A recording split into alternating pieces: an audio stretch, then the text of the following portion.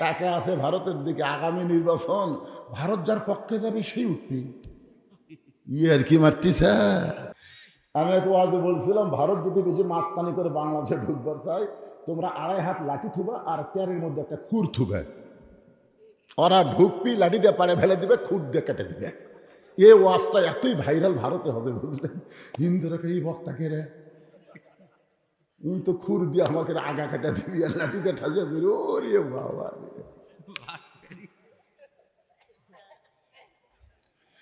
তিন দিকে ভারত, একদিকে সাগর। ভারত মাঝে মধ্যে একটু উগ্র হয়ে গরম দেখায়। ফেরাউন বলে, মুসা রে, 3 দিকে আমরা লাঠি নিয়ে দাঁড়ায় আছি, সামনে সাগর, এখন দৌড়া কেমনি যাবা? মুসা বলে, আল্লাহ তোমার কথা মতো দৌড়ালাম, এখন কি করব? আল্লাহ বলেন, নাসরুন মিনাল্লাহি ওয়া ফাতহুন কারীব ওয়াবাশশিরিল মুমিনিন। আল্লাহ বলে, তোমার হাতে লাঠি নাই? মুসা বলতেছে, আল্লাহ একটা লাঠি নিয়ে এতগুলা লাঠি সামনে? আল্লাহ কয়, পাগলা, ওদের লাঠি মারা লাগবে না, নদীত মার। সাগরে লাঠির আঘাত করে মুসা নবী যেই মাত্র সাগরে লাঠির আঘাত, সঙ্গে সঙ্গে আল্লাহ তাআলা 12 লাইন রাস্তা বানায় দিছে। মুসা নবী তার সঙ্গীদের নিয়ে সবচাইতে বড় রাস্তার মধ্যে গিয়া এক নিয়তে 4 রাকাত নামাজ আদায় করে শুকরিয়া তান। আল্লাহ বলে, হাবিব, ওই সাগরের তলদেশে মুসা নবীকে 4 রাকাত নামাজ আদায় করলো। ওই নামাজটা আমি আল্লাহর কাছে এতই ভালো লাগলো, আপনার উম্মতের জন্য আসরের 4 রাকাত ফরজ করে দিলাম। আপনার উম্মতের আসরের 4 রাকাত ফরজ নামাজ যখন জামাতের সঙ্গে আদায় করবে, আমি আল্লাহ মুসার মতো সওয়াব দিয়া দিই ফজরের পরে। আপনার বলেন তো কেন নাই? না জানলে এক কথা, জানি না। আজকে কি আর কি বার বেড়াচ্ছেন, এগুলো জানবারই চাচ্ছেন, সরে ঠিক করে দাও তো। মাইক ছাড়া খালি মুখে ওয়াজ করলে মনে ভালো বুঝতো। কিরে, আপনার বুঝবার পারতেছেন? বুঝবার পারতেছেন? যে রকমই হোক, ভং ভং করুক আর ভোঁ ভোঁ করুক আর ফ্যাট ফ্যাট করুক, বোঝা যাচ্ছে তো? আলহামদুলিল্লাহ। আপনারা বুঝবার পারলেই হলো। ভালো হবি না মানে নামাজের ওয়াজ হচ্ছে, আল্লাহ তো ভালো করে দিবে। নামাজ কার? আমাদের না আল্লাহর? হ্যাঁ, নামাজ শুধুমাত্র আল্লাহর জন্যে। একটু মনোযোগ দিয়ে শুনবেন। আসরের নামাজ পড়ে নবী সাহাবীর দিকে মুখ ঘুরে দাঁড়িয়ে গেলেন। আবু বকর বললেন, ইয়া রাসূলুল্লাহ, আজকে আসরের নামাজের পরে আপনি আপনার জীবনের সবচাইতে গুরুত্বপূর্ণ ওয়াজ করবেন, ওই মেম্বরে বসে আপনি ওয়াজ করেন। রাসূল বলে, আবু বকর, আজকের গুরুত্বপূর্ণ ওয়াজ আমি বসে করতে পারবো না, আমি দাঁড়িয়ে দাঁড়িয়ে তোমাদেরকে দেখাবার চাই। সব সময় চমকে গেছে, ওরে বাবা রে, এতদিন আমরা ওয়াজ শুনেছি, আজকে রাসূল বলতেছে শোনাবার পারবো না, আমি তোমাকে দেখাবার চাই। আপনার বলেন তো, ওয়াজ শোনা আর ওয়াজ দেখা এই দুইটা কি এক? আমরা খালি সারা জীবন বক্তা বলে গেল, শুনে গেলেন, দেখবার তো পারলাম না। আজকে ফজরে ওয়াজ দেখা যাবে, যদি মুসল্লি বেশি হয় তাহলে কবি না রে, ওয়াজ তো দেখা যাচ্ছে বারে, গতকাল 4 জন হয়েছিল, আজকে 14 জন হচ্ছে। কিন্তু যদি দেখা যায় যে আজকে ওয়াজের ঠেলা, গতকাল 2 জন হয়েছিল, আজকে খালি মুয়াজ্জিন ছাড়া কেউ নেই। কি বুঝতেছেন? আল্লাহ রাসূল মেহরাবের মধ্যে ঢুকলেন। নবী যে জায়গায় দাঁড়িয়ে ইমামতি করেন সেই জায়গাটার নাম হলো মেহরাব। জোরে বলেন, নাম কি? যারা হজ করেছেন তারা জানেন, মসজিদে কেবলাতাইন আর মসজিদে কুবায় কিন্তু মেহরাব নাই। এই দুইটা মসজিদের মধ্যে মেহরাব নাই, কারণ তখন মেহরাব বানানোর কোনো দরকারই পড়ে নাই। মেহরাব তৈরি হয়েছে কোরআনের একটা আয়াত নাজিল হওয়ার পরে। আল্লাহ বললেন, ইয়া আইয়ুহান নাবিয়্যু হারজিল মুমিনিন আলাল কিতাল। ওগো নবী, আপনার উম্মতদের নিয়ে, সাহাবাদের নিয়ে শুধু কাতারবদ্ধ হয়ে নামাজ পড়লে হবে না। যারা আপনাকে ইক্তিদা করে, ইমাম বিশ্বাস করে, কাতার সোজা করে নামাজ পড়ে, তাদেরকে স্ট্যান্ডিং সৈন্য হিসাবে, আর্মি হিসাবে গড়ে তোলে। খালি কাতার সোজা করো, কাতার সোজা করো, খালি কাতার সোজা করে নামাজ পড়লে হবে না, তাদেরকে সৈন্য হিসাবে গড়ে তোলেন। একথা কার?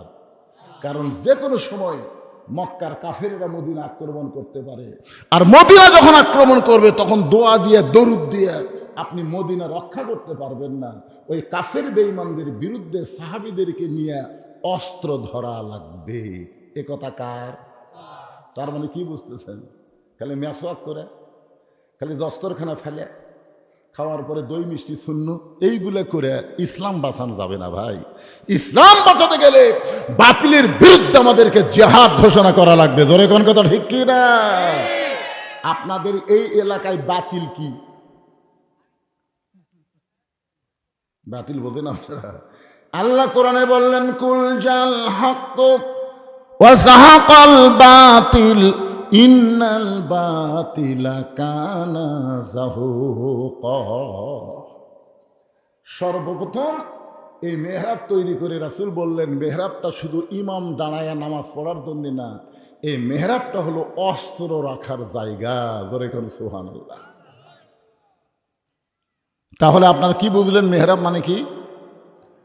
অস্ত্র রাখার জায়গা। এইটা যদি এখন আমি বলি আর এই ভিডিও ব্যানেরা যদি ছাড়িয়ে দেয়, তাহলে আগামীকালে আমার বিরুদ্ধে অ্যাকশন শুরু হবে। কেরে কি তো জঙ্গি, মানে যুদ্ধের কথা যারা বলবে তারাই জঙ্গি। বাতিলের বিরুদ্ধে লড়াই করতে হবে ভাইজান। আমি আবার আমার নিজের জীবনের প্রমাণ, বুঝলেন? নিজের জীবন। আমি পাশে আপনাদের কি শান্তিরাই বলেছি যে ড্রাইভার আমাকে গাড়ির থেকে নামা দিল, আমি গেট খুলে বাসায় যাব। ইতিমধ্যে দেখি আমার গেটের পাশে যে আমের গাছ আছে, অট্টলি সাইডে কুত্তে, আমার এই কালো জুব্বা দেখে ওরা খেপে গেল।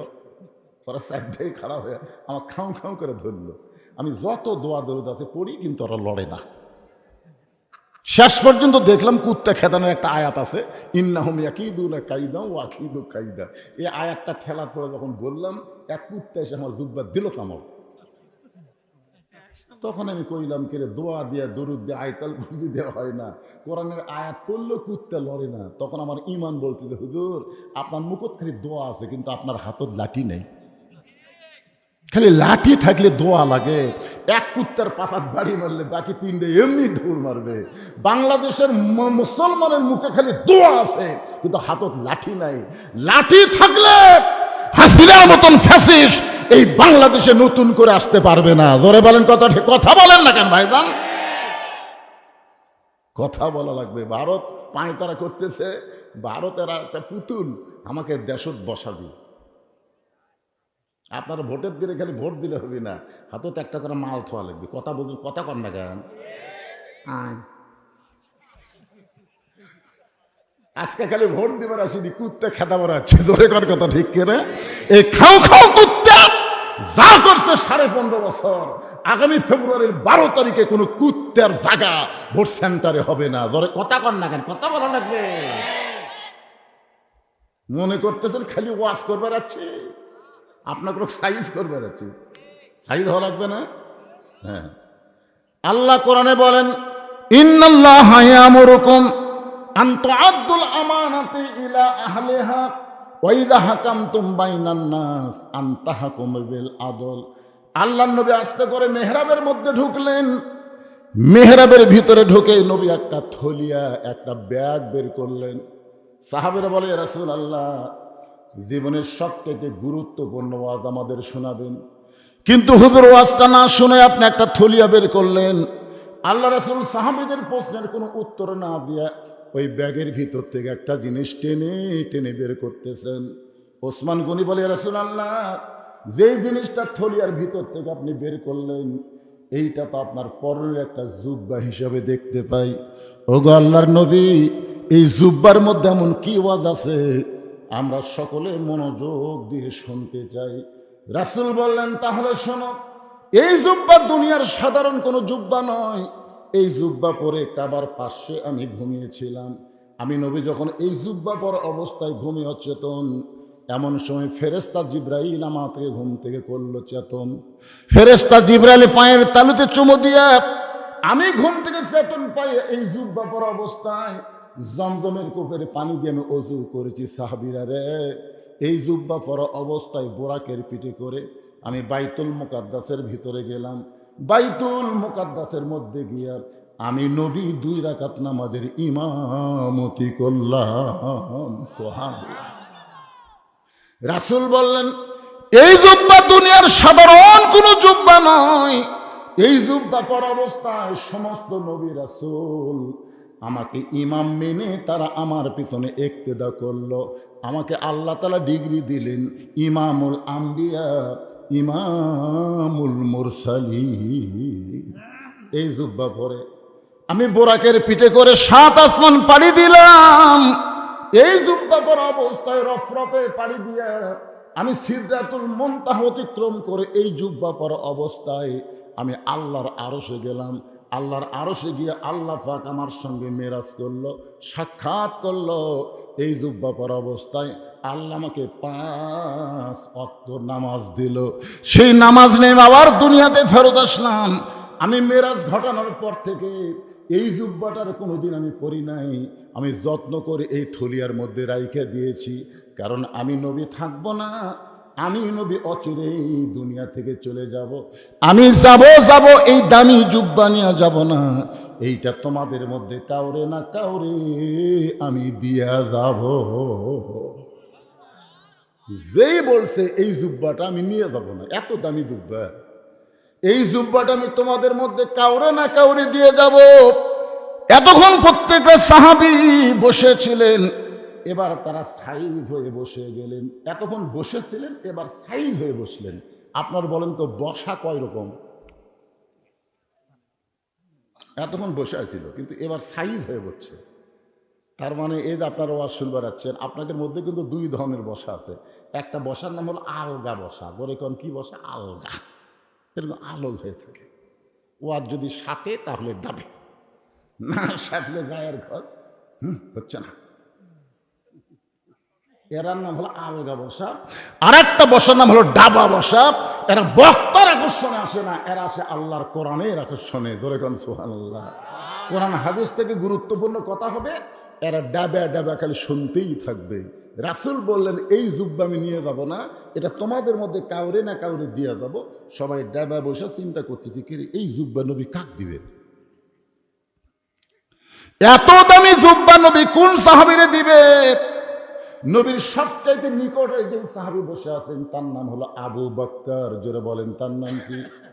আবু বকর মনে মনে চিন্তা করে, এই জুব্বা বুঝি নবী আমাকেই দিবে, এই জুব্বা বুঝি নবী আমাকেই দিবে। কারণ আল্লাহর নবী নিজেই বলেছেন, আল্লাহর পরে এই দুনিয়াতে কেউ যদি আমার দোস্ত থাকে, এই দোস্তের নাম হলো আবু বকর সিদ্দিক।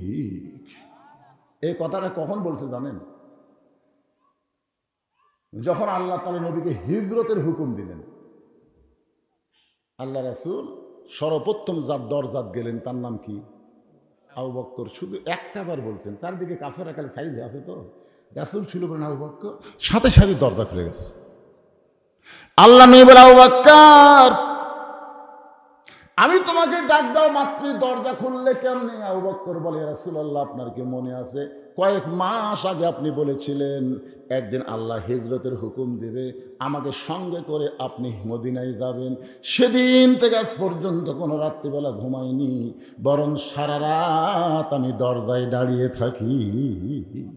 নবী এক টানে আবু বকরকে বুকের মধ্যে নিয়ে কপালে একটা চুমা দেবেন। আবু বকর, আসমানের আল্লাহর পরে এই দুনিয়াতে কেউ যদি আমার দোস্ত থাকে, সে দোস্তের নাম হলো আবু বকর সিদ্দিক।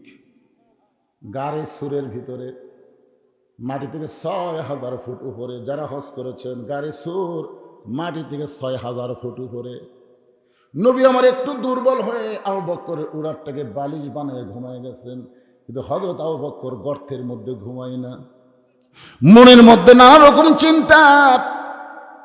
এত ভালো একজন মানুষ, যেই মানুষ কোনোদিন কারো ক্ষতি করে নাই, কোনোদিন কাউরে কষ্ট দেয় নাই, আর সেই মানুষটাকে মক্কার কাফেররা পছন্দ করে না। এত চিন্তা করার পর আবু বকর হঠাৎ খেয়াল করে দেখে নবী তো ঘুম পাড়তেছে, কিন্তু মাথার উপরে একটা ছিদ্র দেখতে পায়। আবু বকরের মনের মধ্যে চিন্তা হয়, ছিদ্র দিয়ে কিছু বের হইয়া যদি নবীরে কামড় দেয়। আপনার বলেন তো গর্তের মধ্যে কয়জন? জোরে বলেন কয়জন? আবু বকর একটাবারও মনে করে নাই ছিদ্র দিয়ে কিছু বের হয়ে যদি আমারে কামড় দেয়, এই কথা একটাবারও মনে করে নাই। বারবার মনে করতেছে যদি কিছু বের হয়ে নবীরে কামড় দেয়। এখন ডান উড়াতে নবী ঘুম পাড়তেছে, বাম পাখানা গর্তের মুখে লাগায় দিস। আল্লাহ কোরআনে বলেন, আল্লাযী খালাকাল মাউতা ওয়াল হায়াতা লিয়াবলুয়াকুম আইয়ুকুম আহসানু আমালা। আমি আল্লাহ পরীক্ষা করব সুন্দর আমলের। আবু বকর যখন সিদ্ধের মুখে পাটা দিছে, সঙ্গে সঙ্গে বলে, পাহাড়ি এলাকায় বিষাক্ত সাপ, তুই কোথায় রে? সাপ বলে, লব্বাইক আল্লাহ। আল্লাহ কয়, যা যাও ওই গাড়ি সুরের ছিদ্রে যে পাটা দিছে ওই পাতে কামড় বসা। আল্লাহর হুকুমে বিষাক্ত সাপ বিষ নিয়ে আবু বকরের পায়ের তালুতে যখন কামড় দেয়, সঙ্গে সঙ্গে বিষটা চলে আসছে কলিজায়। আবু বকর বলে, সাপরে তুই কামড় দিলি, বিষটা কলিজায় আসলো, তুই মনে করলি আমি পা টান দেব, আমি মরে যাব, মরে যাব, কিন্তু পা টান দিয়ে আল্লাহর নবীকে কামড়ানোর সুযোগ পাবি না। সাপটা বলতেছে, আল্লাহ কামড় দিলাম কিন্তু পা তো টান দেয় না। আল্লাহ বলে, আবার কামড় মার। সাপটা যখন আবার কামড় মারছে, আবু বকর বলে, সাপরে একবার কামড় দিয়ে তোর মনের আশা পূরণ হলো না, তুই আবার কামড় দিলি, তুই মনে করছিস আমি পা টান দেব, আমি মরে যাব, কিন্তু আমার পা আমি টান দেব না। সাপটা বলে, আল্লাহ দুইবার কামড় মারলাম, এরপরেও যখন পা টান দেয় না কি করব? আল্লাহ বলেন, আবার কামড় মার, আবার কামড় মার, আবার কামড় মার। কিতাবের মধ্যে আছে 5বার সাপটা কামড় মারছে। বিষের যন্ত্রণায় আবু বকরের গোটা দেহ থরথর করে কাঁপতেছে। হঠাৎ অসতর্ক মুহূর্তে এক ফোঁটা চোখের পানি নবীর গাল মোবারকে পড়েছে। নবী আমার ঘুম থেকে চেতন পায়, বলে, আবু বকর বাড়ির কথা মনে করে কাঁদতেছো, বিয়ে বাচ্চার কথা মনে করে কাঁদতেছো? আবু বকর বলে, রাসূলুল্লাহ আমার কলিজা চিরে যদি আপনাকে দেখাতে পারতাম, আমার কলিজার মধ্যে আল্লাহ নবী ছাড়া আর কারো জায়গা নেই। তাহলে কি জন্য কাঁদতেছো? বলে, সিদ্ধের মুখে পাটা দিছে, কি যেন বারবার কামড় দেয়। আল্লাহ নবী, আবু বকর বিষাক্ত সাপ তোমারে কামড় দিতে, পাটা টান দাও, তোমার চোখের পানি পড়তেছে, একটা বার কি তুমি আমার ঘুম থেকে ডাক দিবা না? আবু বকর বলে, নবী গো, আমার জীবনের চাইতে আপনার ঘুমের দাম বেশি। সঙ্গে সঙ্গে নবী বলে, আল্লাহ যে আবু বকর নিজের জীবনের দিকে না তাকায়া আমাকে বেশি মহব্বত করে, সে আবু বকরকে আমি নবী কি দিব আল্লাহ? আল্লাহ বলে, হাবিব রে,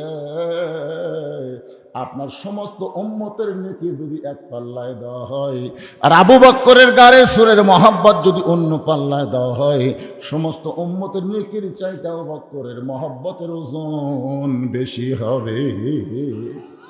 সে আবু বকর মনে মনে চিন্তা করে, জুব্বা বুঝি আমি পাই, এত দামি জুব্বা নবী অন্য কাউরে দিবে না, আমাকেই দিবে, এই মনে করে চিন্তা করতেছে, কিন্তু জবান খোলার সাহস পাচ্ছে না।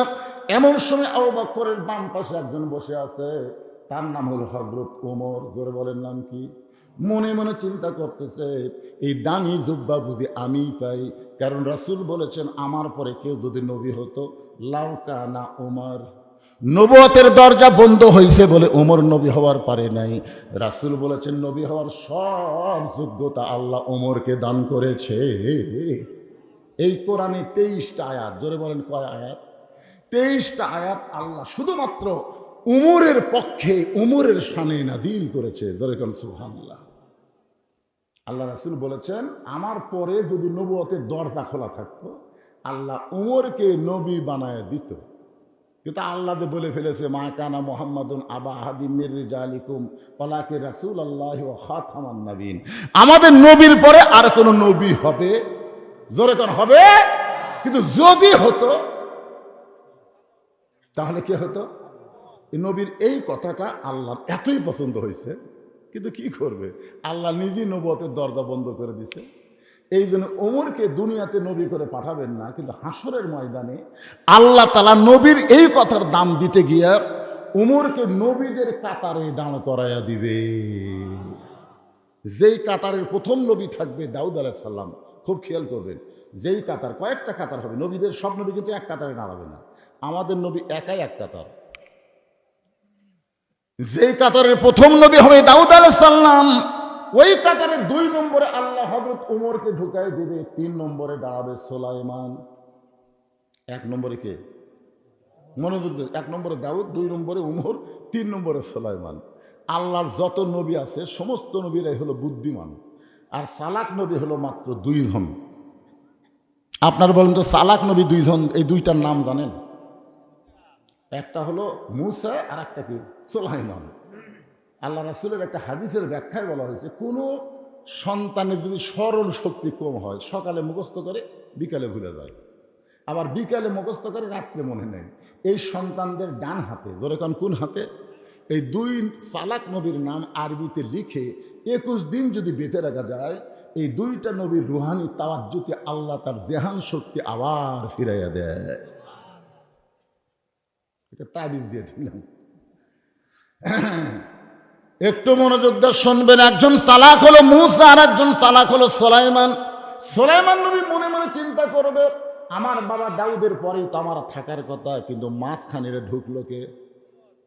না, এটা তো সুলাইমান জানে না কেরা আমার বাবা দাউদ, তারপরেই তো আমি থাকবো, কিন্তু এই মাঝখানে এটা কোন নবী?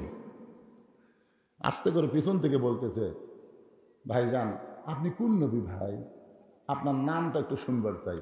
সঙ্গে সঙ্গে ওমর ফারুক বললেন, অলিমান খাফা মাকামা রাব্বিহি জান্নাতান। এই আল্লাহর সামনে দণ্ডায়মান হওয়াকে ভয় করো।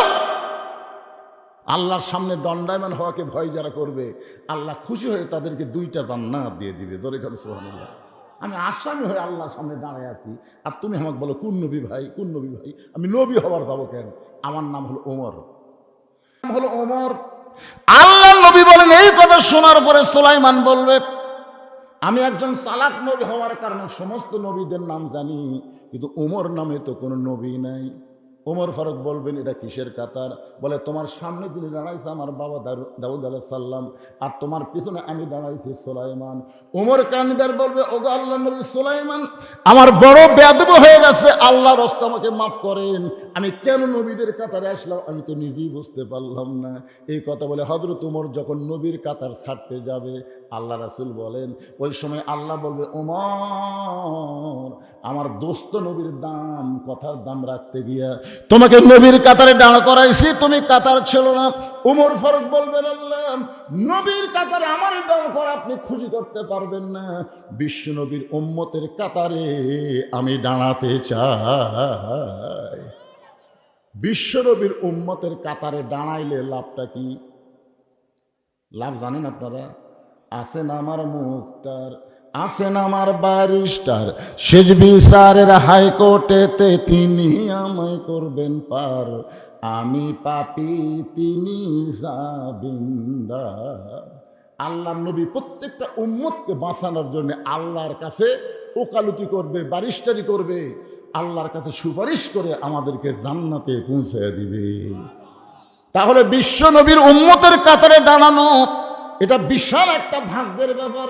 সেই ওমর মাথা নিচু করে মনে মনে চিন্তা করে, এই জুব্বা বুঝে আমি পাই।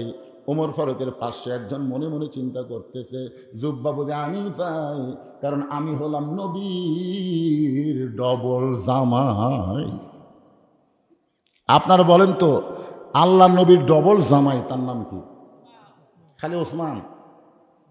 খালি ওসমান? এটা একটা হলো। এখানে যারা হাজী সাহেব আছেন, হজ করছেন তো নাকি? আপনি করছেন? মাশাআল্লাহ। এখানে যারা হাজী সাহেব আছে তারা সবাই জানে, জান্নাতুল বাকিতে ঢুকতে গেলে দরজায় গেটে লেখা আছে, এই গোরস্থানের মধ্যে 10,000 সাহাবী ঘুম পাড়তেছে। সুবহানাল্লাহ বলেন। কত হাজার? 10,000-এর বেশি সাহাবী জান্নাতুল বাকির মধ্যে ঘুমায় আছে। আমাদের বাংলাদেশে কিন্তু একটা সাহাবীর কবর নেই, একটাও নেই। যেগুলো আছে সেগুলো খুব বেশি হলে ওই সিলেটের শাহজালাল, মাস্তানে সুলতান বলকি মহিষ, এরা আল্লাহর ওলি হবে, কিন্তু সাহাবী না। আমি একবার সিলেটে গিয়ে দেখলাম একটা মাজার হলো লেদা শাহ। হবিগঞ্জ পার হয়ে একটা মাজার রাস্তার ধারত, মাজারের নাম হলো লেদা শাহ রহমতুল্লাহ আলাই। কিছু দূর যাওয়ার পরে দেখলাম আরেকটা মাজার ঘোড়া শাহ রহমতুল্লাহ আলাই।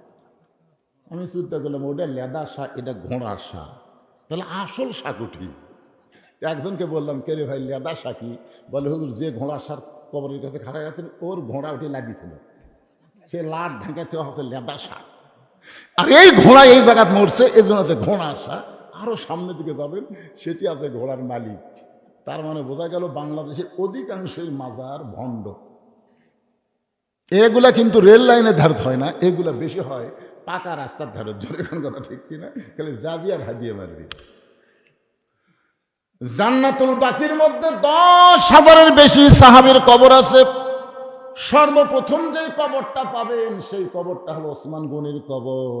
যেই কবরে ছোট্ট একটা পাথরে লেখা আছে ওসমান গনি, ওসমান গনি। আল্লাহ নবী ডাকতেন, ওসমান, আল্লাহ তোমাকে এত সম্পদ দান করেছে, তুমি কি হিসাব বলতে পারো? ওসমান গনি বলতেছি, ইয়া রাসূলুল্লাহ, আল্লাহ আমাকে যত সম্পদ দান করেছে, এই সম্পদ রাখতে গেলে যে গুদাম হয়, ওই গুদামে যে তালা দেই, সেই তালার চাবি টানতে একটা শক্তিশালী উট হিমশিম খায়। সুবহানাল্লাহ কর না কেন? আল্লাহ আমাকে যত সম্পদ দিছে, এই সম্পদ যে গুদামে রাখি, সেই গুদামে তালা দিয়ে ওই তালার চাবি টানতে একটা উট হিমশিম খায়। এখন বলেন তো কত দিছে? বুঝতে পারেননি? গুদামক তালা দিয়ে, সে তালার ছোড়ানি বোঝেন না, ছোড়ানি এটুকু না কোনা, এইটা টানতে একটা উট হিমশিম খায়। আল্লাহ নবী ওসমান, যে আল্লাহ তোমাকে এত সম্পদ দিচ্ছে, সেই সম্পদ যদি আল্লাহ ফেরত চায়, চাহিদা মাত্র আর বাহককে ফেরত দেওয়া লাগবে, তুমি কি ফেরত দিবে? যদি আল্লাহ চায় তুমি কি দিবা? সঙ্গে সঙ্গে ওসমান গনি মারছে দৌড়। ওসমান গনি যখন দৌড় মারলো, প্রত্যেক সাহাবী চিন্তায় পড়ে গেল। নবী এমন কথা বললো, ওসমান দৌড় মারলো কেন? কিছুক্ষণ পরে সমস্ত সাহাবী নবী দেখতে পায় যে উটটা চাবি বহন করে, ওই উটটা রশি ধরে ধরে নবীর দরবারে এসে বলতেছে, ইয়া রাসূলুল্লাহ, সমস্ত সম্পদের গুদাম, গুদামে তালা সহ চাবি টানা উটটাও পর্যন্ত আমি আল্লাহরে দিয়ে দিলাম। গুদাম দিলাম, গুদামের সম্পদ আছে সম্পদ দিলাম, গুদামে যে তালা লাগাইছি তালাও দিলাম, ওই তালার চাবি বহনকারী উটটাও পর্যন্ত আমি আল্লাহ দিয়ে দিলাম। নবী বলে, আল্লাহ যে ওসমান চাহিদা মাত্র সব তোমাকে ফিরাই দিল, তুমি আল্লাহ ওসমানকে কি দিবা? আল্লাহ বললেন, আমি আমার দামি ডিগ্রি ওসমান রে দিয়ে দিলাম। সুবহানাল্লাহ। সেদিন থেকে নাম হলো ওসমান গনি। আর একটা ডিগ্রি হচ্ছে ওসমান জুন্নুরাইন। ওসমান হলো 2টা নূরের অধিকারী। ধরে কোন সুবহানাল্লাহ। আল্লাহ নবীর 2টা মেয়েকে পর পর বিয়ে করেছিলেন। প্রথম বিয়ে করেছিলেন সেই মেয়েটার নাম হলো রোকেয়া। দ্বিতীয় যে মেয়েটাকে বিয়ে করেছিলেন তার নাম হলো কুলসুমা। একসঙ্গে 2 মেয়েকে বিয়ে করা জায়েজ নাই, তবে একটা মরে গেলে আর একটা যদি রাজি হয় ইসলাম জায়েজ করেছে। আমার কথা কি বুঝবার পারলেন? একসঙ্গে 2 বোনকে বিয়ে করা, এবারে জোরে বললে কি হয়? একসঙ্গে 2 বোনকে বিয়ে করা। এক বোনকে বিয়ে করেছে আর একটা যুবতীশালী হুন্ডার পাশে নিয়ে ফিল্ডিং মারা জায়েজ? বিয়ে করা যদি জায়েজ না হয় তাহলে ফিল্ডিং মারা জায়েজ নাই।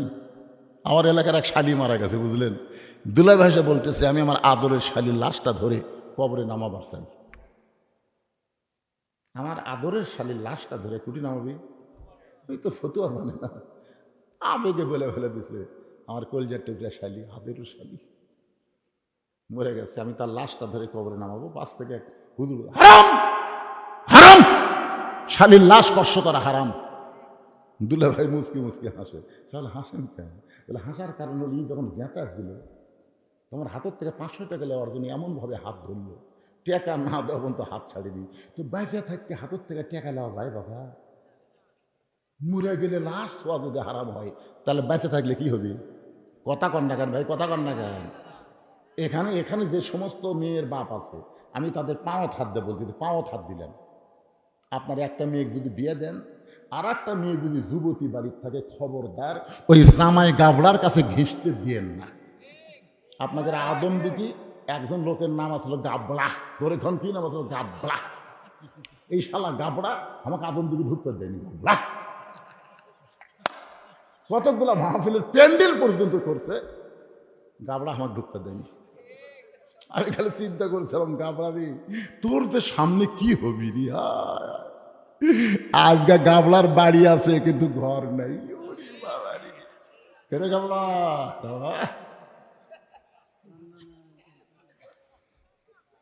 অ্যাঙ্গেল একটা ডোজ দিয়ে দিলাম, গাবলা যদি বেচা থাকে তাহলে বুঝবি বদলু সে তুই বন্ধ করে পারবি না, তুই পলে দেবি বদলু সে ঠিকই ঢুকবি, তোরে কোন কথা ঠিক কিনা। অ্যাঙ্গেল আছে, অ্যাঙ্গেলের দিন শেষ, এখন ডাইরেক্টের বাংলাদেশ আরো অ্যাঙ্গেল। একটু মনোযোগ দিয়ে শুনবেন, আল্লাহ রাসূল বলেছেন রে মেয়েরা শোনো, যে সমস্ত মেয়েরা পর্দার অন্তর আছেন আপনারা একটু মনোযোগ দিয়ে শুনবেন। দুইটা পুরুষকে তোমরা কাল সাপের মতন ভয় করবা, একটার নাম হলো দেওরা আর একটার নাম হলো দুলা ভাই। একটা পুরুষের নাম হলো দেওরা, দেওরা বোঝেন আপনারা, আর একটার নাম হলো দুলা ভাই। এই দুইটা পুরুষ কিন্তু সুযোগে সদ্ব্যবহার করে। চিন্তা করে বোন তো আমার ঘরতে আছে, আর ওর ছোট বোনের যদি আমি একটু একটু তাহলে চিন্তা করবি আমি কিছু বলবার গেলে আমার বোনের ভাত যাবি। আর ভাইয়া যখন মানুষ হয়ে গেছে তখন দেওরা ভাবির সামনে গিয়ে গান শুরু করেছে, ভাইয়া তোমার বর আমি যে দেবর, বুঝে দেখো ভাবি কার বেশি দাবি, ভাইয়া গেছে মালয়েশিয়ায় আমি এখন আসি। একদিন দেওরা যা ভাবি বলতে, ভাবি আপনার যে কি সাইজ ভাবি, মনে হয় আপনার বিয়েই হয়নি। এমন কথা শুনে ভাবি কান্দের কয়, এই সুন্দর কথা তোমার ভাই জীবনেও কয়। মেয়ে মানুষের খালি একটু তারিফ করেন, কি সাইজ রে, মনে হয় বিয়েই হয়নি। আর আপনি জানেন দেওরা ভাবির তারিফ করার কারণ কি, ওই ওভার ডিউটি করবি, ওভার ডিউটি করবি। হাসতেছেন, আজকে পর কি নষ্টমী সমাজের মধ্যে এই কারণে বেশি হচ্ছে। ধরে কথা কন না কেন, কথা কন না কেন। আমার মায়ের একটু মনোযোগ দিয়ে শুনবেন। ওসমান গনি আল্লাহ নবীর দুইটা মেয়েকে বিয়ে করেছেন পরপর। প্রথম যাকে বিয়ে করেছিলেন তার নাম হলো রোকেয়া। রোকেয়া যখন দুনিয়া থেকে বিদায় হয়ে গেল, এরপর যাকে বিয়ে করলেন তার নাম হলো কুলসুমা। এই দুইটা মেয়েকে বিয়ে করার কারণে আল্লাহ তাআলা তাকে একটা ডিগ্রি দিল, সে ডিগ্রির নাম হলো জুন্নুরাইন, দুইটা নূরের অধিকারী। সবচাইতে বড় ডিগ্রি হলো ওসমান গানি, ধরে কান সুবহানাল্লাহ, ওসমান ধনী। আর আমরা কি, এখানে যতগুলো লোক আছে আমরা কি? আল্লাহ কোরআনে বলেছেন আল্লাহ গানিয়ুন ওয়া আনতুমুল ফুকারা, আল্লাহ হচ্ছেন ধনী, আমরা হলাম ফকির। ধরে কারণ আমরা কি, আরো জোরে জোরসে বলুন। পর্দার অন্তরালে যারা আছে এরা কি, এরা ফকির। মরদ মানুষ যদি ফকির হয় তাহলে মেয়ে মানুষ কি, আরো জোরে জোরসে বলুন। আপনারা বলেন তো, অনেক দিন হলে ফকির কিন্তু নিচে ছিল আর ফকুরনির জাত ছিল উপরে। ধরে কোন কথা ঠিক না? আগামী 12 তারিখে আমরা সবাই সিদ্ধান্ত নেব আর কোন ফকুরনি যেন বাংলাদেশের প্রধানমন্ত্রী হবার না পারে। আপনারা বলেন তো ফকুরনির বুদ্ধি কেমন? এক বাড়ির ভিক্ষা করে দেয়, বলছে মা মা 4টা ভিক্ষা দাও। বাড়ির বেটার বউ বলছে 4 না 4 সের দেবো। ফকুরনি কয় কে মা 4 সের কেন? শাশুড়ি আমার গাল দেয়, অন্য বাড়ি পান খাবার গেছে, এই সুযোগে তুমি আইছো, তোমার 4 সের চাল দিয়ে আমি সংসার ঢুসে দেবো। ওই ফকুরনি 4 সের চাল দিচ্ছে। ফকুরনি চিন্তা করে সারাদিন ভিক্ষা করলে 2 সেরই হয় না, আরে এক বাড়ি দিলে 4 সের। বেটার বউ বলে ফকুরনি মা খবরদার এই কথা তার কাউরে কইও না। ফকুরনি বলে আমার কি ঠেকা পড়ছে, আমি কাউরে কব না। ওই 4 সের চাল পেয়ে রাস্তা দিয়ে যাচ্ছে আর বলতেছে, ওই বাড়ি বেটার বই শাউরি যে কি হলো, আমাকে 4 সের চাল দিয়ে কইছে, কাউরে দাম করবো না, আমি কমো না। একলা একলা গল্প করে আর কমো না। একজন জিজ্ঞাসা করে ফকুরনির বাড়ি কি হয়েছে, ওই বাড়ি বেটার বউ 4 সের চাল দিয়ে কইলো, কাউরে দাম করবো না, কাউরে কমো না বাবা, কাউরে কমো না। চিন্তা করে দেখেন, সেই ফকুরনি সামান্য একটা ঝোলার চাল সামলাবার পারলো না, সেই ফকুরনি যদি দেশ সামলাবার দেন পারবি? বোঝেন না কেন আপনারা? এই জন্য আল্লাহ কোরআনে বলেন আর রিজালু কাওয়ামুন আলান নিসা, পুরুষ থাকবে উপরে, নারী থাকবে নিচে। এই কথা বক্তা বলল শিবেন না, এই কথা হলো আমার আল্লাহ জোরে বলেন কার? যেই বাড়িতে মেয়ে মানুষ জোরে কথা কয় ওই বাড়িতে মরদ মানুষ আছে কি না বোঝা যায় না। দেখবেন যেই বাড়িতে মেয়ে মানুষ সেই চিল্লাই, ওই বাড়িতে মরদ মানুষ বিলাই হয়ে।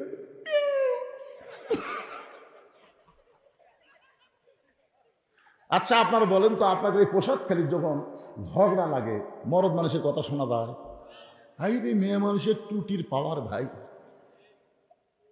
ঠিক বলেন না? যার বউ ঝগড়া করে ওই জীবনে জান্নাতে যাওয়ার পারবি না, কারণ মুখের কথা হলো একটা পর্দা। আপনার বউ ঝগড়া করার কারণে তার পর্দার খেলাফ হয়ে গেল। রাসূল বলেছেন দায়ুস লা ইয়াদখুলুল জান্নাহ, দায়ুস কোনোদিন জান্নাতে যাবার পারবে না। এই জন্য আমার মা বোনদেরকে আমাদের সাইজের মধ্যে রাখার দরকার আছে না নাই? আমার মায়েদের জন্য বলতে যে মা, আপনাদের বেশি ওয়াজ শোনা লাগবে না, একটা আমল করবেন।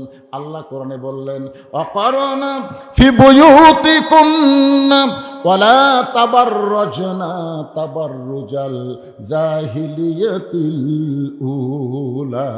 আল্লাহু আকবার। ওসমান গনি মনে মনে চিন্তা করে, জুব্বা বুঝে আমি পাই, আমি হইলাম আল্লাহর নবীর ডবল জামাই। ওসমান গনির পাশে একজন বসে বসে মনে মনে চিন্তা করে, এই জুব্বা তো আমি পাবো, এই জুব্বা তো আমি পাবো। তার নাম হলো হযরত আলী। ধরে বলেন নাম কি? আবু বকর কি চিন্তা করতেছে? জুব্বা বুঝে আমি পাই। উমর ফারুক চিন্তা করতেছে, জুব্বা বুঝে আমি পাই। ওসমান গনি চিন্তা করে, জুব্বা বুঝে আমি পাই। কিন্তু হযরত আলী বলতেছে জুব্বা তো আমি পাবো। হযরত আলী জুব্বা পাবে। আরে মজার ওয়াজ আসতেছে, কি বিপদ রে ভাই। বাড়ি যাবে, গ্যারান্টি দেন আমি বাড়ি যা পারবো।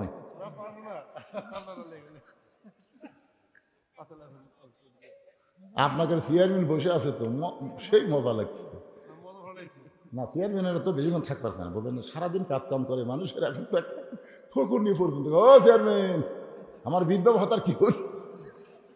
আমি হিসাব করে দেখছি বাংলাদেশের যত নেতা থাক সবচাইতে বেশি কষ্ট হলো চেয়ারম্যানের। ধরে কোন কথা ঠিক কিনা? এমপি কিন্তু কেউ কথা কর পারবে না, কিন্তু চেয়ারম্যান, ও চেয়ারম্যান আমার অটো ভ্যানের চাকা ভেঙে গেছে, অটো চেয়ারম্যান তাহলে আমার রাস্তা দিয়ে ছবি না। ও রে বাবা রে, ভোট নেওয়ার আগে 500 খাইছু, এখন আমার অটো ভ্যান চালাতে পারিস না। কি মনে করতেছেন আগামী নির্বাচন আসতেছে? একটা টাকা খাওয়া আপনার জন্য গু খাওয়ার মতন হারাম। ধরে কথা কর না কেন, কথা কর না কেন? আমি আয়াতে কারিমা তেলাওয়াত করেছি, অবশ্যই ওয়াজ করব। ইন্নাল্লাহা ইয়ামুরুকুম আন তুআদ্দুল আমানাতি ইলা আহলিহা ওয়া ইযা হাকামতুম বাইনান নাস আন তাহকুমু বিল আদল। এই আয়াতের বাংলা অর্থ আমি বুঝাবো। এই কথা কোনোদিনও বলবেন না আমার ভোট আমি দিব, যাকে খুশি তাকে দিব। এইটা কোনো মুসলমানের কথা না। মুসলমানের কথা হলো আমার ভোট আমি দিব, ভালো মানুষ দেখে দিব। ওরকম ঠিক কিনা? এই যে আজকে আমি আশ্চর্য হয়ে গেলাম, প্রধান অতিথির ভাই যে বক্তব্য দিল, মৌলবি ফেল। এই মসজিদ মধ্যে শুনে বলি হাইরি তো সবই জানে না, খালি জানে না অবশ্যই মানে। চেহারা দেখলে কিছুটা নূর দেখা যায়। ধরে কার কথা ঠিক কিনা ভাই যান? ভালো মানুষ খালি টুপিওয়ালারাই ভালো মানুষ, জুব্বালারাই ভালো মানুষ তা কিন্তু না। সমাজের মধ্যে এমন অনেক ভালো মানুষ আছে যারা নির্বাচনে যদি আসে আপনি কিন্তু প্রতীক দেখবেন না, আপনি ভালো মানুষ দেখে ভোটটা দেওয়া লাগবে। এই ভোটটা হবে আপনার জান্নাত, এই ভোটের কারণেই যাওয়া লাগবে জাহান্নাম। যে আয়াতে কারিমা তেলাওয়াত করলাম তার তাফসীর করে আপনাদের বুঝাবো, তবে যেটা বলতেছে একটু মনোযোগ দিয়ে শোনেন।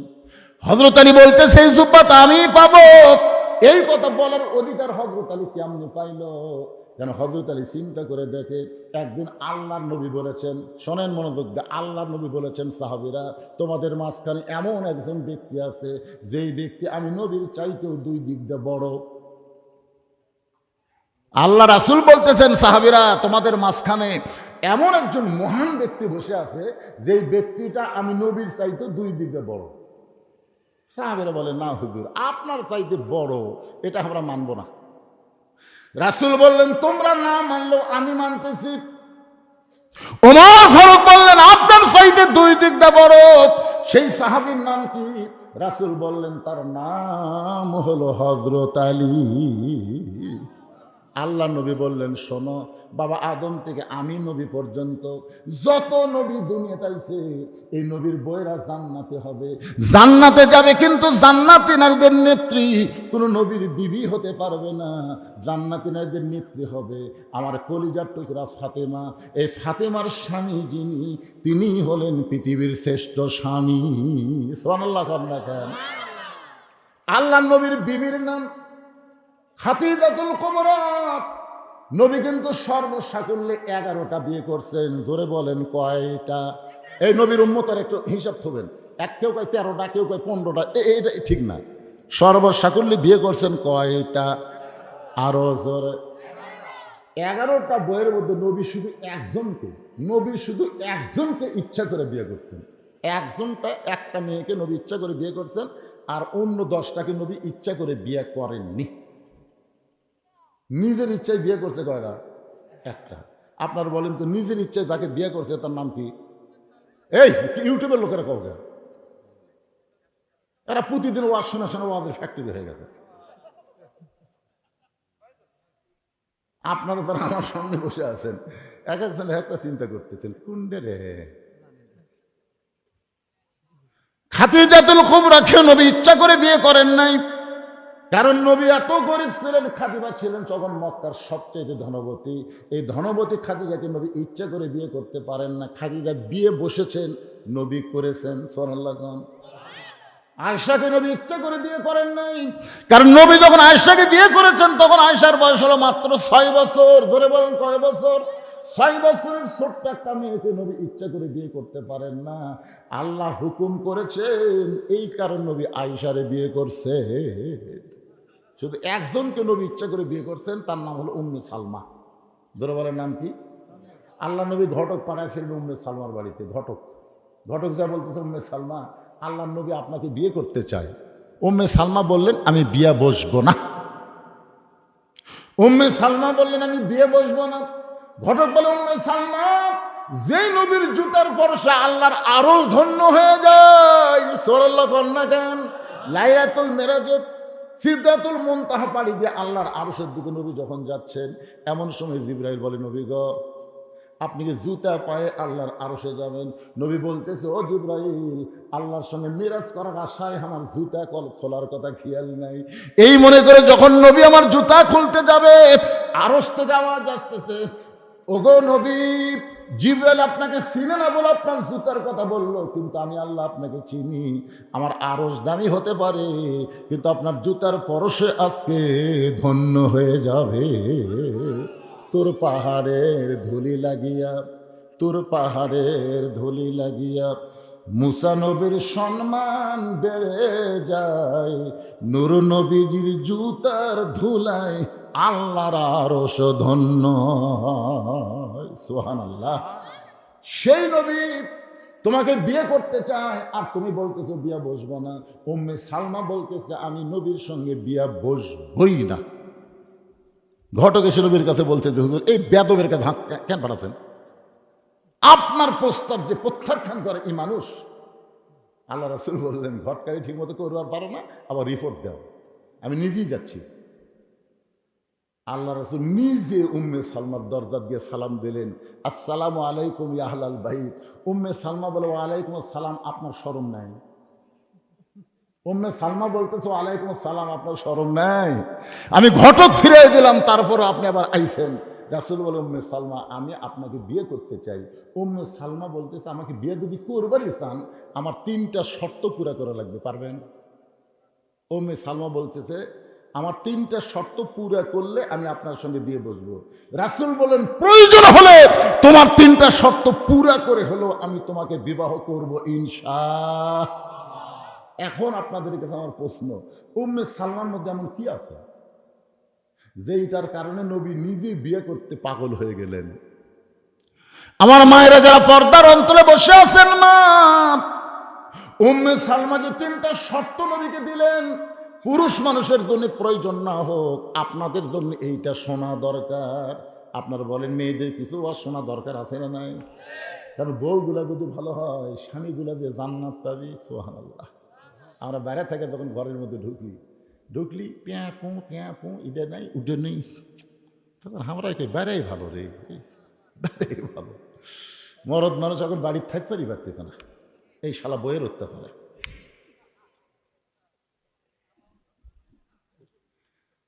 আমার মায়ের একটু মনোযোগ দিয়ে শুনবেন। আপনার হলেন ঘরের রমণী, ঘরের লক্ষ্মী, স্বামীরে খেদমত করবেন, ভালোবাসবেন। স্বামী স্ত্রীর মধ্যে মহব্বত যখন পুরা হবে, আল্লাহ তাআলা ওই বাড়ির জন্য রহমত আর বরকতের দরজা খুলে দিবে। আল্লাহ রাসূল বললেন, সাহাবীরা রে, বাবা আদম থেকে আমি নবী পর্যন্ত এই নবীর সন্তানের নবী হতে পারবে, জান্নাতি হবার পারবে, কিন্তু কোন নবীর সন্তান জান্নাতি যুবকদের সর্দার হতে পারবে না। কিন্তু আমার কলিজার টুকরা ফাতেমার পেট থেকে যে দুইটা সন্তান বের হয়েছে, হাসান আর হোসাইন, সাইদুস শাবাবি আহলেল জান্নাহ। হাসান হোসেনের বাবা যিনি, তিনি হলেন পৃথিবীর শ্রেষ্ঠ বাবা। ধরে কন্যা সুবহানাল্লাহ। স্বামী হিসাবে হযরত আলী কয় নম্বর? কথা কয় না রে ভাই। কোন নবীর বউ জান্নাতি হবে, কিন্তু জান্নাতি নারীদের নেত্রী কোন নবীর বউ আছে? তা আপনার প্রতি জুম্মার দিনে সানি খুদ্ে কি শুনতেছেন? সাইদাতুন নিসা আহলুল জান্নাহ ফাতেমাতুজ জোহরা। জান্নাতি সমস্ত নারীদের নেত্রী যিনি হবে তার নাম হলো ফাতেমা। হাওয়া কিন্তু জান্নাতি, কিন্তু জান্নাতি নারীদের নেত্রী হবার পারবে না। হাজেরা জান্নাতি, সারা জান্নাতি, মরিয়ম জান্নাতি, কিন্তু জান্নাতি নারীদের নেত্রী হবার পারবে না। জান্নাতি নারীদের নেত্রী কে হবে? খাদিজাও হওয়ার পারবে না, আয়েশাও হওয়ার পারবে না, নবীর বউ হওয়ার পারবে না। আবার অনেক নবীর সন্তান নবী হয়েছে, নবীরা জান্নাতে যাবে, কিন্তু জান্নাতি যুবকদের সর্দার হতে পারবে না। হযরত আলীর দুইটা সন্তানকে আল্লাহ জান্নাতি যুবকদের সর্দার বানায় দিবে। আমরা সানি খুতবার মধ্যে প্রত্যেক জুমা ইমাম বলতেছে, সাইদুস শাবাবে আহলেল জান্নাহ হাসান হোসাইন রাদিয়াল্লাহু তাআলা আনহুমা জান্নাতি যুবকদের সর্দার হবে দুইজন। নাম কি? এ জোরে কার নাম কি? তোমরা পাগল কার? আল্লাহর। মেসি নেইমার, মেসি নেইমার রাত একটা পর্যন্ত মেসির খেলা দেখে, একটা পর্যন্ত। যেদিন আর্জেন্টিনার খেলা হয়, ওরে বাবারে, যুবকেরা সব পিকনিক করে এবারে 12টার মধ্যে চেতনা চোখে 1:30 থেকে খেলা হবে। সকাল পর্যন্ত খেলা দেখলো, হো হো করলো, 3টা পর্যন্ত খেলা দেখে শেষ, আর চেতন নাই। বাপ কয় কি, আমার ছেলে 3টা পর্যন্ত হই হই করলো, এখন কুটি গেল। কিছুক্ষণ পরে মুয়াজ্জিন যখন আসসালাতু খায়রুন নাম কয়, তুই নাই। আসসালাতু খায়রুন মিনান নাম কইছে মুয়াজ্জিন, ওই নাই। বাপ কয় আমার যুবক কুটি রে, জানলা দিয়ে ভুলকি মেরা দেখে পাও নাই মাথাও নাই, মানে ল্যাপের তলে চাউল ঢেকে থাকছে, চাউলের বস্তা ঢেকে থাকছে। বাবা আস্তে আস্তে যায়, ল্যাপ যেই টান দিয়েছে, ওরে বাবা, আহ! ছেলের দিকে তাকায় দেখে সকালবেলা সাইড থেকে কুত্তার সাইজ আর কম্বলের মধ্যে ব্যাটার সাইজ একই সাইজ। হাসতেছেন আপনি, বাবা জান্নাতে যাবার পারবেন না যতক্ষণ আপনার ছেলেকে মসজিদে না নিয়ে যাবেন। দরকার কথা ঠিক কি না? আল্লাহ বলেছেন, কু আনফুসাকুম ওয়া আহলিকুম নারা। জাহান্নামের আগুন থেকে একলা বাঁচলে হবে না তো, চেয়ারম্যান হিসাবে একলা নামাজ পড়লে হবে না তো, সবগুলো মেম্বারও ক্লিয়ার জামাত করা লাগবে। 1 লাখ পড়লে হবে?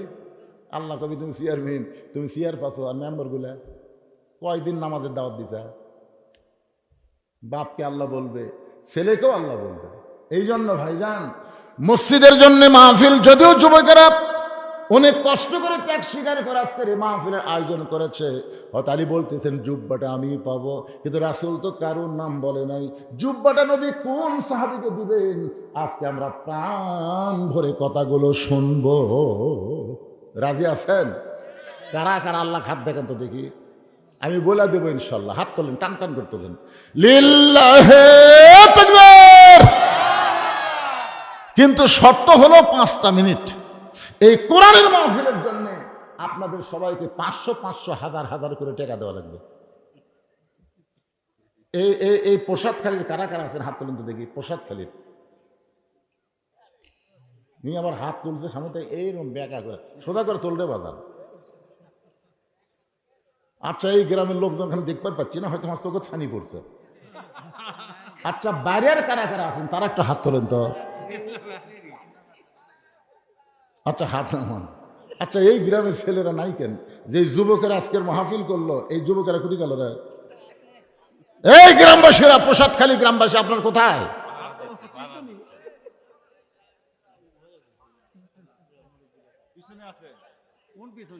কোন পিছনে? আমি তো দেখতে কোনটা?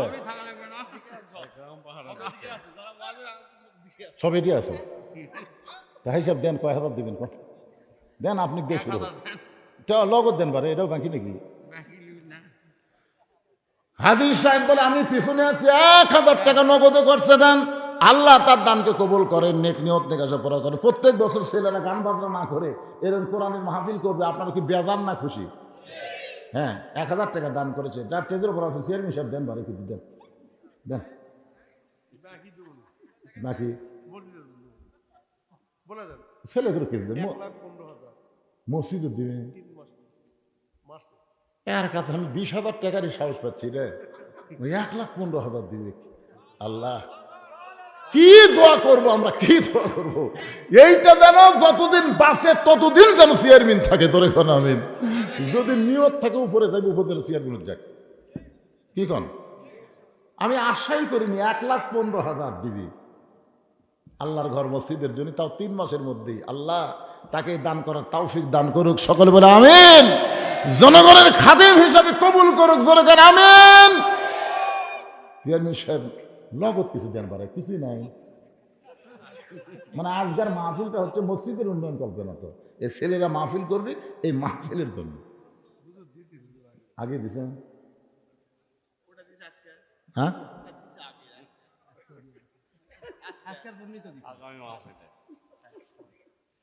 আচ্ছা আগামী মাহফিলের জন্য হচ্ছে, আজকের জন্য না। আগামী মাহফিলে কত দিন এখন নগদ দেওয়া লাগবে না, কইয়া দেন না। মসজিদের যদি 1,15,000 দিবার পারেন, ওটাও তো মরে গেলেও পাবেন। মাশাআল্লাহ, আমরা মৃত্যু চাচ্ছি না। খালেদা যে এমন অসুস্থ, তাই আমরা মৃত্যু চাচ্ছি না। কথা কন না কেন ভাই? সেদিন আমি ওয়াজ করতেছি, আল্লাহ খালেদা দেখে সুস্থ করো, পিছন দিতে বলতে মরে গেছে। আমার তা মেজাজ খারাপ হলো, বুঝলেন? আমি খালি ফেসবুকের দিকে তাকিয়ে আছি যে তারেক জিয়া চলে আসলো, তার মা ছেলের একটা সংক্ষিপ্ত হলো একটা ভিডিও দেখতে পাবো, কিন্তু এখন পর্যন্ত পেলাম না। কি বিপদ বাড়ে! যদি যাই আল্লাহ তাকে জান্নাতি করুক, যদি জীবিত থাকে আল্লাহ তাকে সুস্থ করে ফিরাই দেখ। ধরে কোন আমিন, ধরে বল আল্লাহ আমিন। আমরা মৃত্যু চাই না, আমরা হায়াত চাই। কেবল আপনাকে মাঝখানে দূর থেকে আইছেন, বাহির থেকে আইছেন, আপনারা কিছুই দিবার পারবেন না। আমার আগে মামুনুর রশিদ চায়া চায়া তো একেবারে কিছুই দিলেন।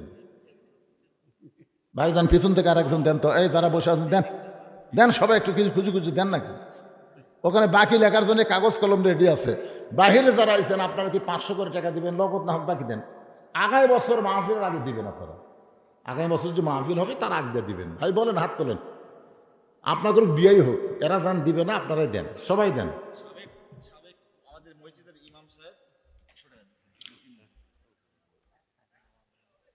সাবেক ইমাম সাহেব কিছু দান করেছে, আল্লাহ দান কবুল করেন। এই মাহফিলের ছেলেরাই তোমরা ভিতরে গামছা লিয়ে যাও, বেশি রাত করা যাবে না, শীতের রাত টপ টপ করে নিয়েও পড়তে দেবে, ভিতরে গামছা লিয়ে যাও। যাই যা পারে আল্লাহর হস্তে দান করবেন, 10, 20, 50, 100 যাই যা পারেন আল্লাহর হস্তে দান করবেন। আল্লাহর একজন বান্দা 200 টাকা দান করেছে, আল্লাহ দানকে কবুল করেন। হ্যাঁ, কাশ্মীরা পূর্ব মসজিদের ইমাম সাহেব দান করতে, এক ইমাম দিল, আবার আর এক ইমাম দিচ্ছে। এই যে মাহফিল একটা কমিটি আছে, এই কমিটির সভাপতিকে এই না মাহফিলের সভাপতি, এটা কমিটি কমিটি কমিটি নাই, ও সভাপতি সব দিছে। ভাই আপনি কিন্তু কোনটা দেখি কমিটির সদস্য আলফাজ সাহেব 200 টাকা দান করছে, আল্লাহ তার দানকে কবুল করেন। আজকের মাহফিলের সম্মানিত সভাপতি ধরে বলেন মারহাবা। পকেটের মধ্যে হাত ঢুকাছে, একটু বেশি বেশি করে বার করুক।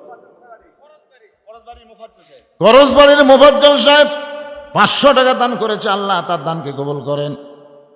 এটা সভাপতি সাহেবের দান হলো। নগদ চাচ্ছি না তো, বাকি দেন, বেশি দেন, বাকি দেন। হ্যাঁ, প্রসাদকালীর খোকন 400 টাকা দান করেছে, আল্লাহ কবুল করেন। সভাপতি সাহেব 1000 টাকা দান করছে, আল্লাহ তার দানকে কবুল করেন। জি,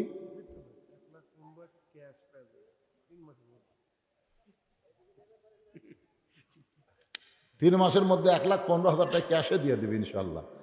আল্লাহ আমরা দোয়া করি, ভাই যাবার চাইছিল, এই দোয়াটা তাকলিয়েই আমরা করবো, কি কোন করার দরকার নাই না। এই জন্য এই সবাই একটু জিকির করেন, বসেন, মহব্বতলে বসেন আর জিকির করেন, লা ইলাহা ইল্লাল্লাহ, লা ইলাহা ইল্লাল্লাহ, লা ইলাহা ইল্লাল্লাহ, লা ইলাহা ইল্লাল্লাহ, লা ইলাহা ইল্লাল্লাহ, লা ইলাহা, লা ইলাহা ইল্লাল্লাহু মুহাম্মাদুর রাসূলুল্লাহ।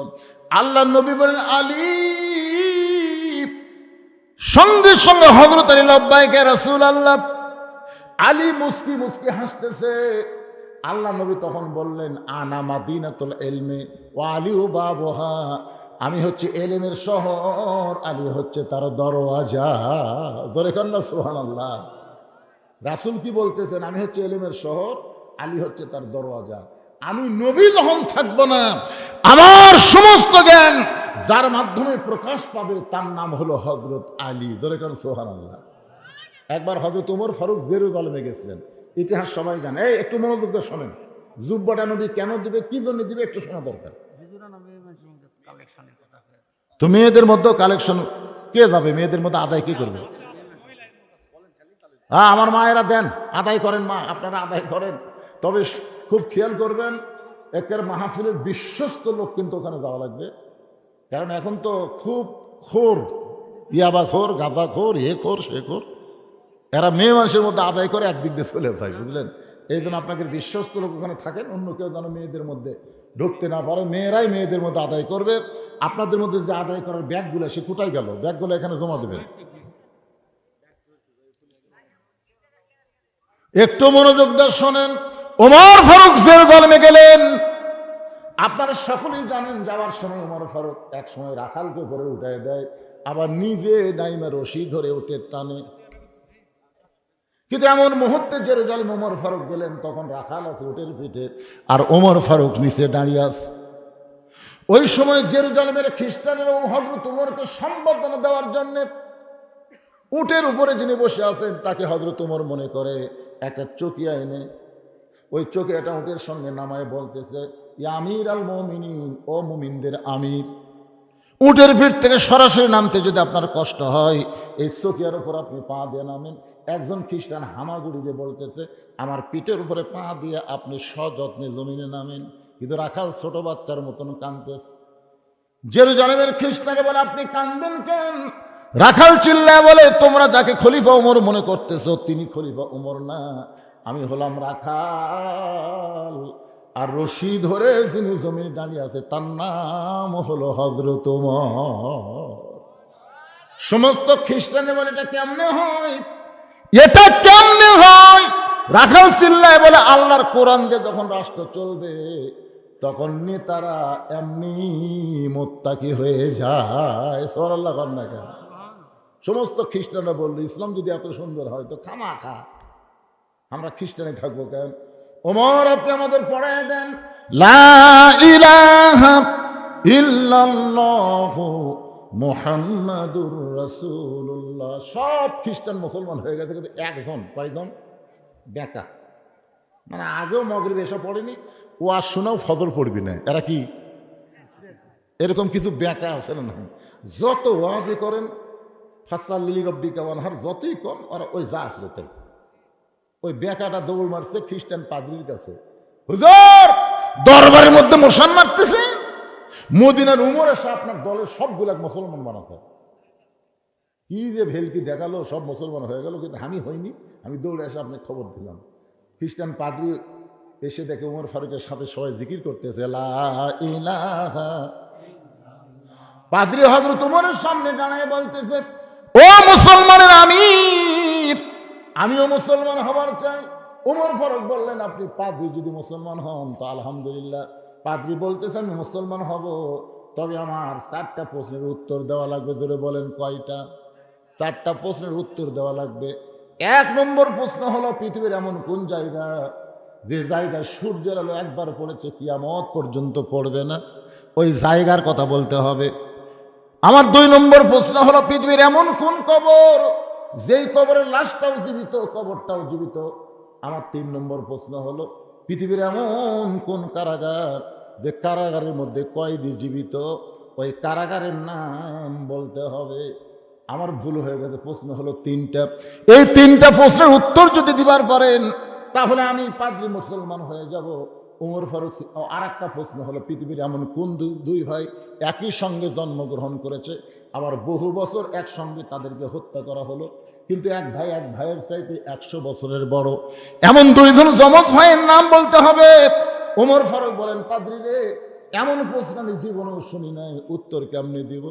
পাদ্রী বলতেছে তাহলে এবার মুসলমান হলাম না। ওমর ফারুক জেরুজালেম থেকে যখন মদিনায় ফিরে আসলেন, হযরত আলীর সঙ্গে দেখা হলো। আলী বলতেছেন জেরুজালেমের খবর কি? ওমর ফারুক বললেন সব খ্রিস্টান মুসলমান হয়েছে, কিন্তু একজন পাদ্রী মুসলমান হলো না। আলী বলতেছেন কেন হইল না? বলে আমাকে 4টা প্রশ্ন করলো, আমি উত্তর দিবার পারি নাই, উত্তর দিবার পারলেই মুসলমান হতো। আলী বলতেছেন কি প্রশ্ন করেছে? বলে 1 নম্বর প্রশ্ন হলো পৃথিবীর এমন কোন জায়গা সূর্যের আলো একবার পড়েছে কিয়ামত পর্যন্ত পড়বে না, ওই জায়গার নাম কি? আলী বলতেছেন আপনি কি জানেন না, মুসা নবী যখন সাগর রাস্তা পাইলেন ওই সময় সূর্যের আলো সাগরের তলে পড়ে গেল, আর ফেরাউন যখন সাগরে নামলো ওই যে পানি একত্র হয়ে গেছে, কিয়ামত পর্যন্ত সাগরের ওই তলদেশে আর কোনোদিন সূর্যের আলো পড়বে না। ওমর ফারুক বলে আলী রে, আমাকে 2 নম্বর প্রশ্ন করলো কবরটাও জীবিত লাশটাও জীবিত, আমি তো বুঝতে পারলাম না। আলী বলতেছেন কবর হলো মাছ আর লাশ হলো ইউনুস আলাইহিস সালাম। ইউনুস আলাইহিস সালামকে মাছটা কবর বানালো, কবরটাও মাছ জীবিত ছিল। ইউনুস নবী মাছের পেটের মধ্যে জীবিত ছিল। ইউনুস নবীরে খাইল মাছেতে গিলিয়া, ফেরেশতা পাঠাইলেন আল্লাহ ইসমে আজম দিয়া। এই জন্য গজলটা গাচ্ছি। বর্তমানে আমাদের ইন্টারিম সরকারের প্রধান, তার নাম কি? জোরে কন। হাসিনা কিন্তু দোয়া ইউনুস পড়ে না, জানে? ওকে একজন সাংবাদিক প্রশ্ন করছিল বিপদে দোয়া পড়েন না, নাম খেয়াল হলি আর পারি না। ইউনুস নবীরে খাইলো মাছেতে গিলিয়া, ফেরেশতা পাঠাইলেন আল্লাহ ইসমে আজম দিয়া, দমে দমে সে হরদম পরে সে ইসমে আজম, মাছেরই উদর হইতে বাঁচাইলা প্রাণ। ওমর ফারুক বলে আলী রে, 3 নম্বর প্রশ্ন করেছে কবরের মধ্যে কয়েদি জীবিত আছে, সেই কবরটা কি, কয়েদিটা কি? আলী বলতেছেন কবরটা হলো মায়ের উদর, আর কয়েদি হলো সন্তান। জোরে খান সুবহানাল্লাহ।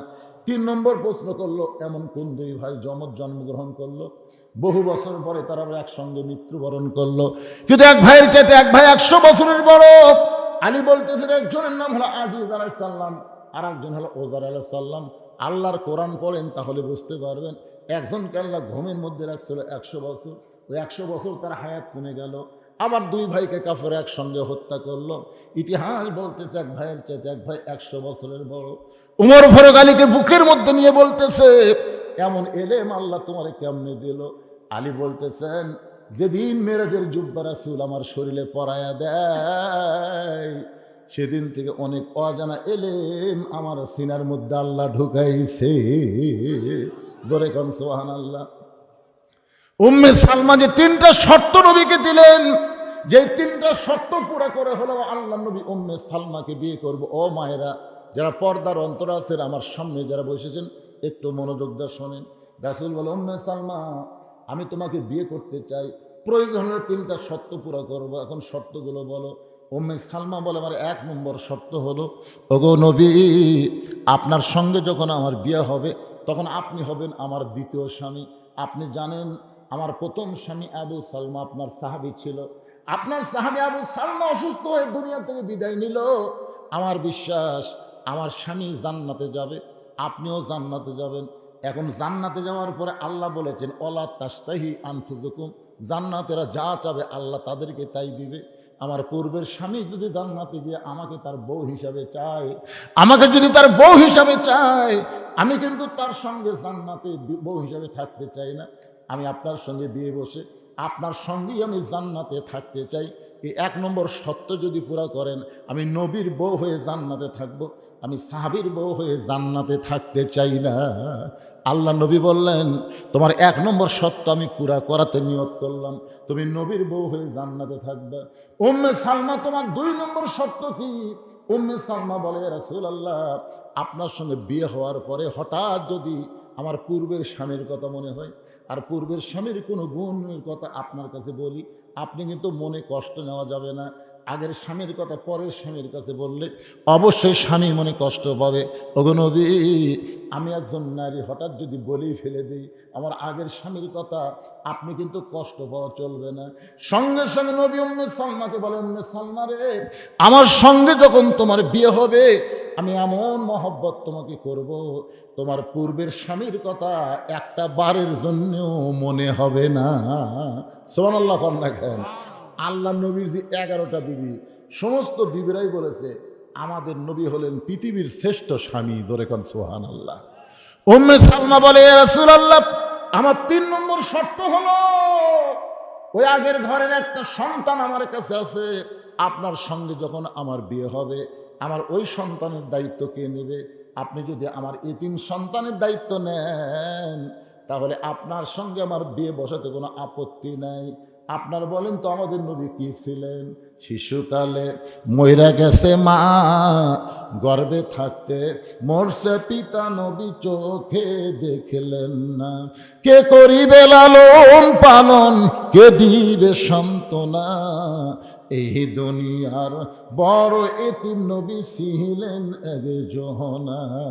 নবী যখন 3টা শর্ত পুরা করে দিতে চায়, উম্মে সালমা বললেন আমার কোনো আপত্তি নাই। কিন্তু আল্লাহ নবী উম্মে সালমাকে কেন বিয়ে করবেন? এই কেনটার প্রশ্নের উত্তর হলো, আবু সালমা যখন নবীর সঙ্গে মদিনায় হিজরত করলো, মক্কা থেকে যখন মদিনায় হিজরত করলো, উম্মে সালমা স্বামীর সঙ্গে মদিনায় আসতে পারলেন না। উম্মে সালমার বাবার একটু ধনী ছিল, তার আত্মীয় স্বজন ধনী হওয়ার কারণে আবু সালমার সঙ্গে উম্মে সালমাকে মদিনায় আসতে দেয় নাই। হঠাৎ আবু সালমা মদিনায় অসুস্থ হয়ে গেল। অসুস্থ অবস্থায় নবীকে বললেন, ওগো নবী, আমি আমার বউকে এতই ভালোবাসি, আমার বউকে নিয়ে আমি মদিনায় আসতে চাইছিলাম, কিন্তু ওদের বাপসাচার কারণে আমার বউটাকে আমি মদিনায় আনতে পারলাম না। আমি অসুস্থ হয়ে দুনিয়া থেকে বিদায় নিব, তবে একটা কথা আমাকে ওয়াদা দেওয়া লাগবে, আমার বউটা যখন মক্কা থেকে মদিনায় আসবে, আপনি নবী তাকে বিবাহ করবে। রাসূল বলে, উম্মে সালমা রে, তোমার স্বামীর কাছে ওয়াদা দেওয়ার কারণে আমি তোমাকে বিবাহ করার জন্য পাগল হয়েছি। আমি কোনো নারীর চেহারা দেখে রূপ দেখে বিয়ে করি না, আমি বিয়ে করি তাকে পুরাপুরি আশ্রয় দেওয়ার জন্যে। সুবহানাল্লাহ বলেন। আল্লাহ বলতেছেন, ফাসাল্লি লিরাব্বিকা ওয়ানহার। 1 নম্বর হলো নামাজ, 2 নম্বর হলো কুরবানি। এই কুরবানি হলো নামাজ আদায় করার জন্যে। ইবাদতের পূর্ব শর্ত হলো হালাল খাওয়া। আপনি যখনই নামাজ পড়বেন, তখন নামাজ কিন্তু আপনাকে বলে দিবে শরীর পাক, কাপড় পাক, নামাজের জায়গা পাক। এই 3টা পাক যদি না থাকে, আপনার কিন্তু নামাজ হবে না। এখন শরীর পাক মানে কি বুঝতেছেন? শরীর পাক মানে গোসল করে শরীর পাক না, শরীরের ভিতরে হালাল খাদ্য। হালাল খাদ্য যদি না থাকে, আপনার শরীর যতই গোসল করেন কোনোদিন পাক হবে না। তাহলে নামাজ পড়বার গেলে ইবাদতের পূর্ব শর্ত হলো হালাল খাওয়া। এই হালাল খাওয়াটার নাম হলো একটা কুরবানি। সুবহানাল্লাহ কন্যা কেন? শরীর পাক, শরীরের কি পাক? কাপড় পাক। যে কাপড় পরে নামাজ পড়বেন, এই কাপড় কি হওয়া লাগবে? হালাল টাকাতে কিনা লাগবে রে। সুদের টাকা, ঘুষের টাকাতে কাপড় একেবারে সে 1000-1200 টাকার কাপড় গাও দেয়, মানুষের দেখাচ্ছেন আমার লাগাল কাপড় কে বলে। কিন্তু টাকা কি হালাল না হারাম? যদি হারাম টাকার কাপড় কিনে যতই হজ করেন, নামাজ পড়েন, আল্লাহ কবুল করবে না।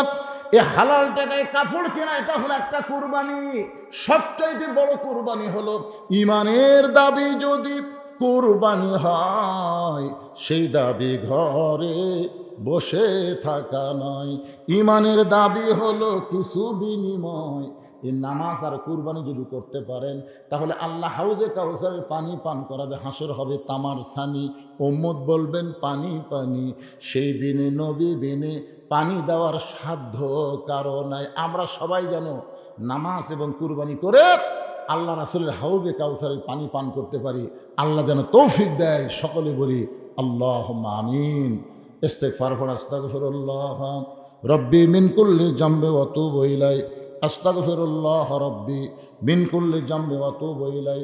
লা হাওলা ওয়ালা কুওয়াতা ইল্লা বিল্লাহিল আলিয়্যিল আযীম। আল্লাহুম্মা আমিন। আয় আল্লাহ তাআলা, টপ টপ করে নিয়র পড়তেছে। কঠিন শীতের ভিতরে তোমার পাগল বান্দা বান্দিরা আরামের বাড়ি ঘুমকে বাদ দিয়া কোরআন হাদিসের মহব্বত কলিজার মধ্যে নিয়ে এই জান্নাতের বাগানে বসে বসে কোরআন হাদিস আলোচনা শোনার শেষে আমি গুনাহগারের সঙ্গে রহমতের দরজায় ফকির হয়ে দোকানা হাত তুলেছি। আল্লাহ মেহেরবানি করে আজকের মাহফিল আমাদের সকলের হেদায়েতের জন্যে, নাজাতের জন্যে, জান্নাতের জন্যে কবুল করো। এই মাহফিলের শুরু থেকে শেষ পর্যন্ত যত আলোচনা হয়েছে আল্লাহ, এর মধ্যে যদি ত্রুটি হয়, ভুল হয়, মাফ করে দাও। এর যা হাদিয়া মঞ্জুর করো। সোনার মদিনায় নবী পাকের রওজা মুবারকে আল্লাহ কবুল করে নাও। তামাম আম্বিয়াই কেরাম, আসহাবে কেরাম, তাবিনী কেরাম, তাবিনী কেরাম, তামাম পৃথিবীর মাটির নিচে যত মুমিন মুমিনা শুয়ে আছে আল্লাহ, সকলে আরওয়াফরে হাদিয়া কবুল করো। ও মাবুদ, আমরা যারা হাত তুলেছি, আমাদের জনম দুঃখনী মা, আমাদের বাবা যাদের কবরে চলে গেছে, আল্লাহ মেহেরবানি করে মা বাবার কবরকে জান্নাতের টুকরা বানাও।